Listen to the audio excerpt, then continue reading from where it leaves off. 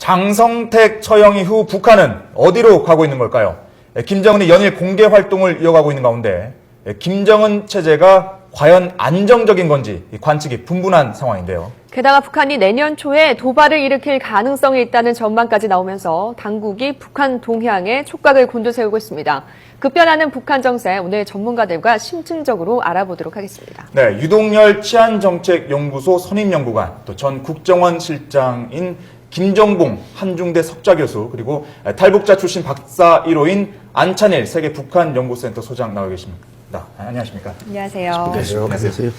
네, 먼저 오늘 크리스마스인데 북한에서는 크리스마스라는 걸 전혀 그 명절로 치질 않죠? 네, 명절로 치지 않을 뿐만 아니라 크리스마스 하면 좀 감정이 말이죠. 좀 적대적인 감정. 그러니까 이게 기독교의 명절이니까 전혀 명절로 생각하지도 않고 적대적으로 오히려 6.25 때 미군이 크리스마스 전에 모델을 점령한다 이런 말만 이제 기억하다 보니까 전혀 명절로 생각하지도 않고 봉수교회나 몇 개 교회가 있는데 네. 그 교회에서는 어떻게 크리스마스를 보내는지 제가 볼 때는 잘 모르겠습니다. 아하.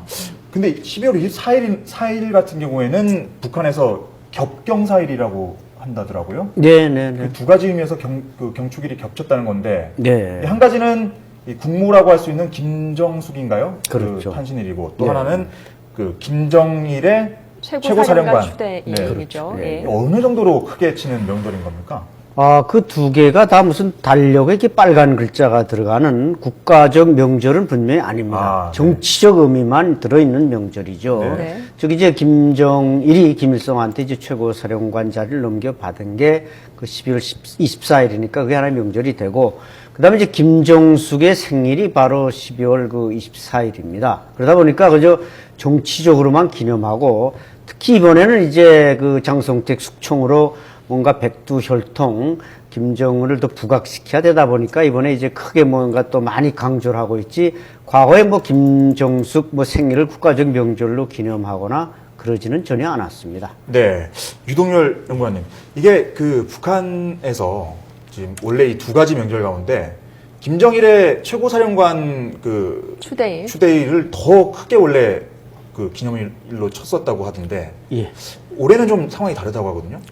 상황이 다른 게 아니라 이제 그 북한에서는 백두산 3대 장군이라는 게 있습니다. 네. 네. 그 백두산 3대 장군이 뭐냐면 백두혈통을 의미하는 건데 김일성, 그다음에 김정일, 김정숙입니다. 네. 그런데 최근에 이제 김정은이가 또 최고사령관 같은 거 올라왔기 때문에 이제 백두산 4대 장군 하면 김정은까지 포함해서 말하는 겁니다.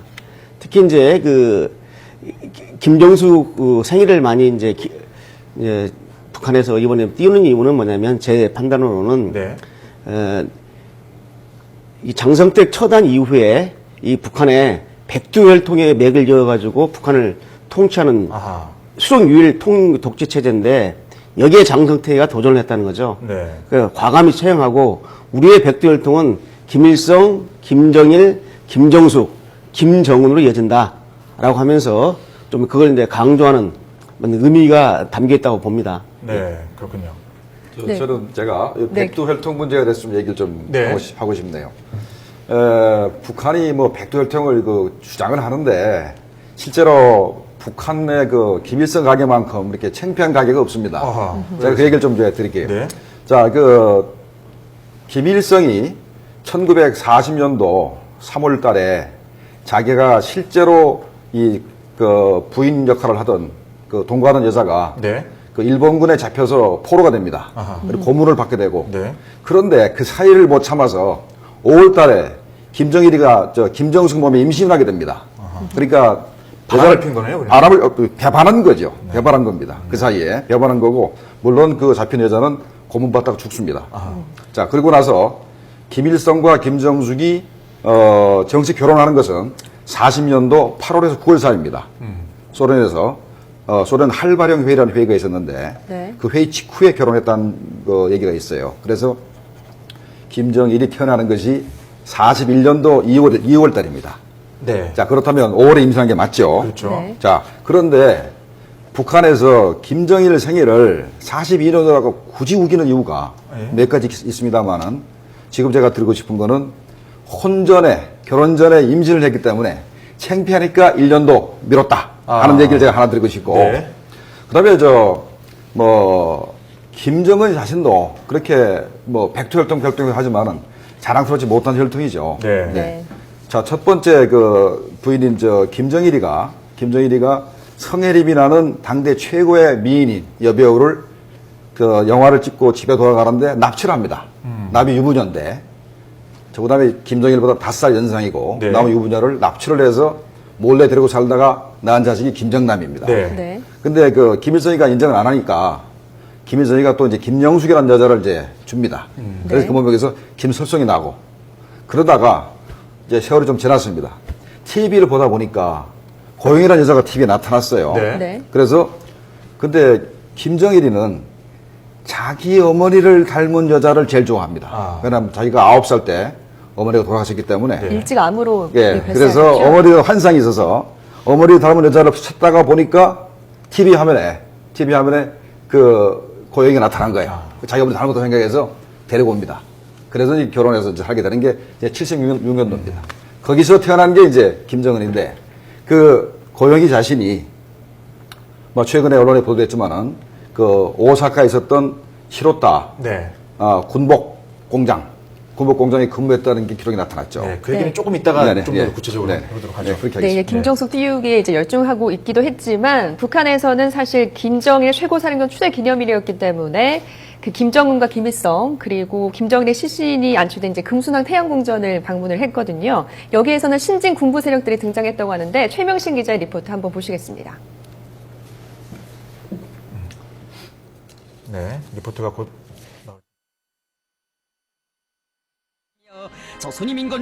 김정은 제1비서가 김정일 국방위원장의 최고사령관 추대일이자 국모인 김정숙의 생일을 맞아 금수산 태양궁전을 참배했습니다. 참배는 자정을 넘긴 새벽 시간에 전격적으로 이루어졌습니다. 경의하는 김정은 동지께서는 주체 102 2013년 12월 24일 금수산 태양궁전을 찾으셨습니다. 지난 17일 김정일 국방위원장 2주기 때 나란히 참배했던 부인 리설주는 이번엔 함께하지 않았습니다. 특히 최룡해 군 총정치국장과 리영길 군 총참모장, 장정남 인민무력부장 등 최근 떠오른 7세대의 김정은 제1비서와 동행했지만 처형된 장성택을 비롯해 지난해 참석했던 현영철 당시 총참모장과 김격식 당시 인민무력부장, 리명수 당시 인민보안부장 등 군 원로들은 모습을 감췄습니다. 대폭 물갈이 된 새로운 군 지도부의 모습이 다시 확인되면서 김정은 체제의 군부 재편 작업도 마무리 단계에 접어든 것으로 보입니다. 특히 변인선 총참모부 작전국장과 서홍찬 인민무력부 제1부부장, 김수길 총정치국 조직부국장 등 군 고위 간부들이 대거 참석해 눈길을 끌었습니다. 관심을 모았던 김 제1비서의 고모이자 장성택의 부인인 김경희 당비서는 지난해에 이어 올해도 불참했습니다.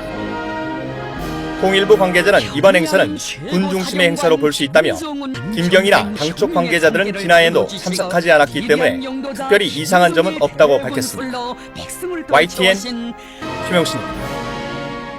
네, 지난해에는 군 원로와 당 간부 등이 모두 참석을 했는데 올해는 좀 소규모인 것 같아요. 신진 군부 세력들이 등장했다라는 평가도 나오는데 어떤 분들이 등장을 했고 어떤 의미가 있는지 이야기 좀 해주시죠. 네, 이번에 이제 군부에 떠오르는 3인방, 삼두마차라고 있는데 이제 최용해와 이영길 총참모장 그리고 장정남 무력부장 이 세 명이 이제 필두로 해서 전부 이번엔 군인들만 육해공군 군인만 참가하고 작년에 참석했던 박도춘 군수비서라든지 이런 김경희 대장이라든지 이런 사람들이 참석하지 않았다는 게 좀 특징이 있고 그러니까 왜 그러면 군인들만 참석했느냐 이것이 이제 또 김경희를 지난번 추모대회 때 출연 안 시키니까 또 말이 많으니까 이번 아예 민간에는 전부 뺀다 이설주도 빼고 김경희도 빼고 순 군인들만 들어왔는데 여기서 이제 탈락한 사람들이 상당히 많다는 거죠. 네. 김격식 대장이라든지 현영철 상장. 현영철 같은 경우는 차수에서 그냥 상장까지 지금 떨어진 사람인데 이런 말하자면 70대 이상 군인들은 다 빼고 60대, 50대 신진 김정은 시대를 보좌할 군인들만 데리고 이번에 참배했다는 점이 좀 특징이라고 할 수 있습니다. 네. 제가 조금 보완 설명하자면은 김정은이 등장한 이후에 군부 인사를 굉장히 그렇게 자주 이렇게 바꿨습니다. 네. 특히 이제 그 작년도 12월 이후에 뭐 금년 들어서 많은 신진 군부 인물들이 이렇게 등장하게 되는데 네. 그것을 어떤 측면에서는 장성택 그 색깔 빼기로 아하. 뭐 봐도 별 틀림이 없을 것 같아요. 네. 그래서 더군다나 이번에 그 많은 그 고위 간부들 원로들을 뭐 참석 안 시키는 것은 대개 그 원로들은 장성택하고 관계를 부인할 수가 없습니다. 아하.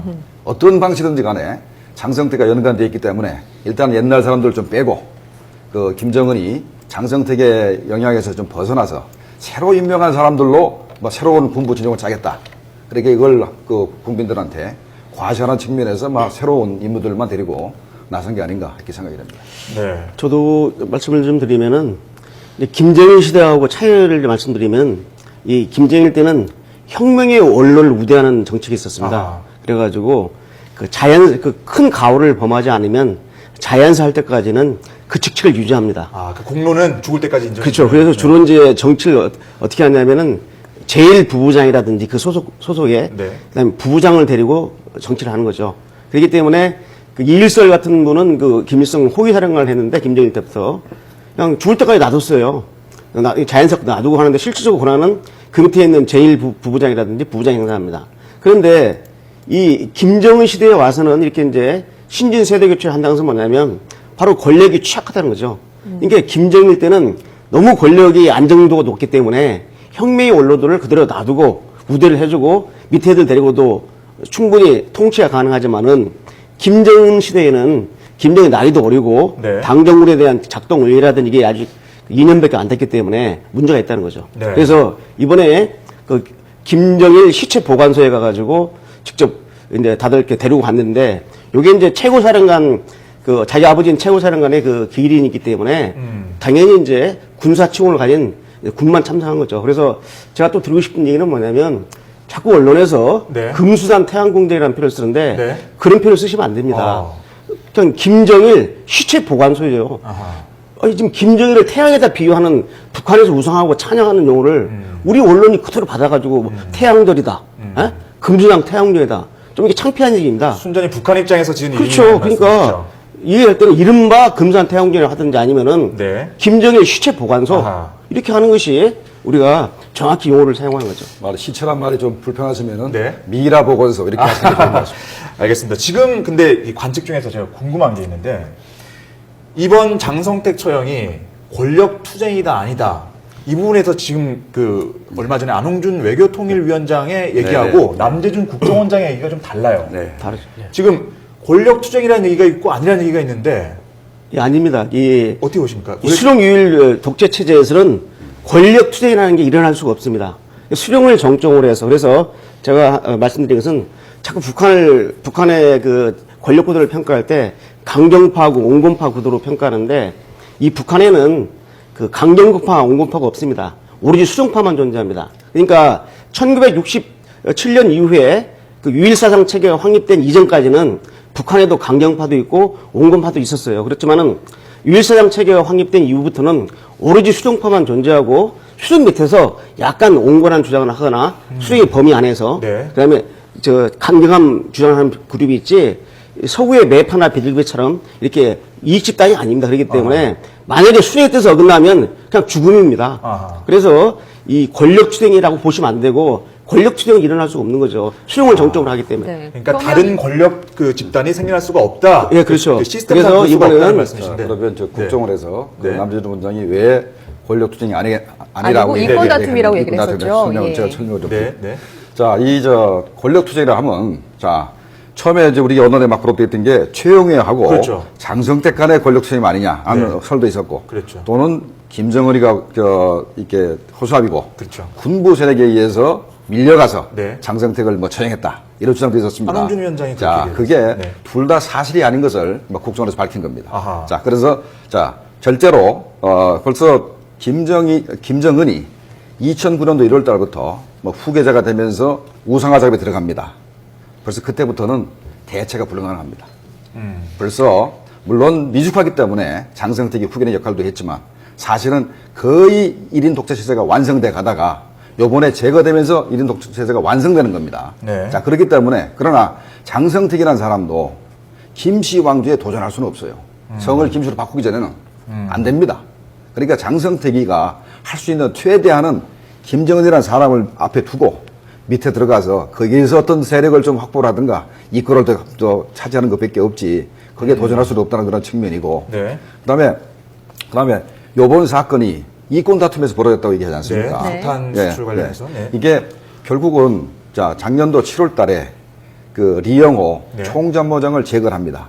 제거하는 사람이 장성택과 최영애입니다. 둘이 힘을 합쳐가지고 리영호를 제거하는데 네. 그때 제거해주고 도와준 사람이 김정은입니다. 아하. 김정은이 제거를 해줬어요. 네. 근데 그때 54국을 군에 있던 것을 네. 그 당 행정부에 가져갑니다. 원래 기본적으로는 54국을 내각에 줬으면은 장성택이 죽진 않았을 겁니다. 네. 근데 행정부가 가져가는 바람에 거기에서 군부에서 반발을 하고 끊임없이 좋지 않은 보고를 하는 바람에 작년도 12월부터는 벌써 장성택이 벌써 활동을 거의 못하고 네. 힘이 이제 좀 빠지기 시작하는 겁니다. 물론 단계적으로 빠져가지만. 그래서 금년도 5월 달에는 최용해가 중국의 대표 단장으로 가게 됩니다. 네. 벌써 힘이 많이 빠진 거거든요. 아하. 그러다가 막 금년 9월 네. 에서 구구절을 계기로 해서 막 가족 회의를 하고 그 김정은이가 장성택을 제거하겠다라고 가족에 통보를 하게 됩니다. 아하. 그 과정을 거쳐서 벌써 막 그 장성택이 이렇게 서서히 힘이 빠지다가 완전히 제거되는 그런 과정입니다. 이거는 처음에 이권으로 시작된 거지만은 단순히 이권 문제가 아니고 네. 제가 얘기를 하고 싶은 거는 토사구팽의 대표적인 케이스다. 토사구팽이다. 네, 이게 이제 홀로서기가 가능하니까 너 이제 필요 없다. 제거하는 그런 과정이라고 보면 되겠습니다.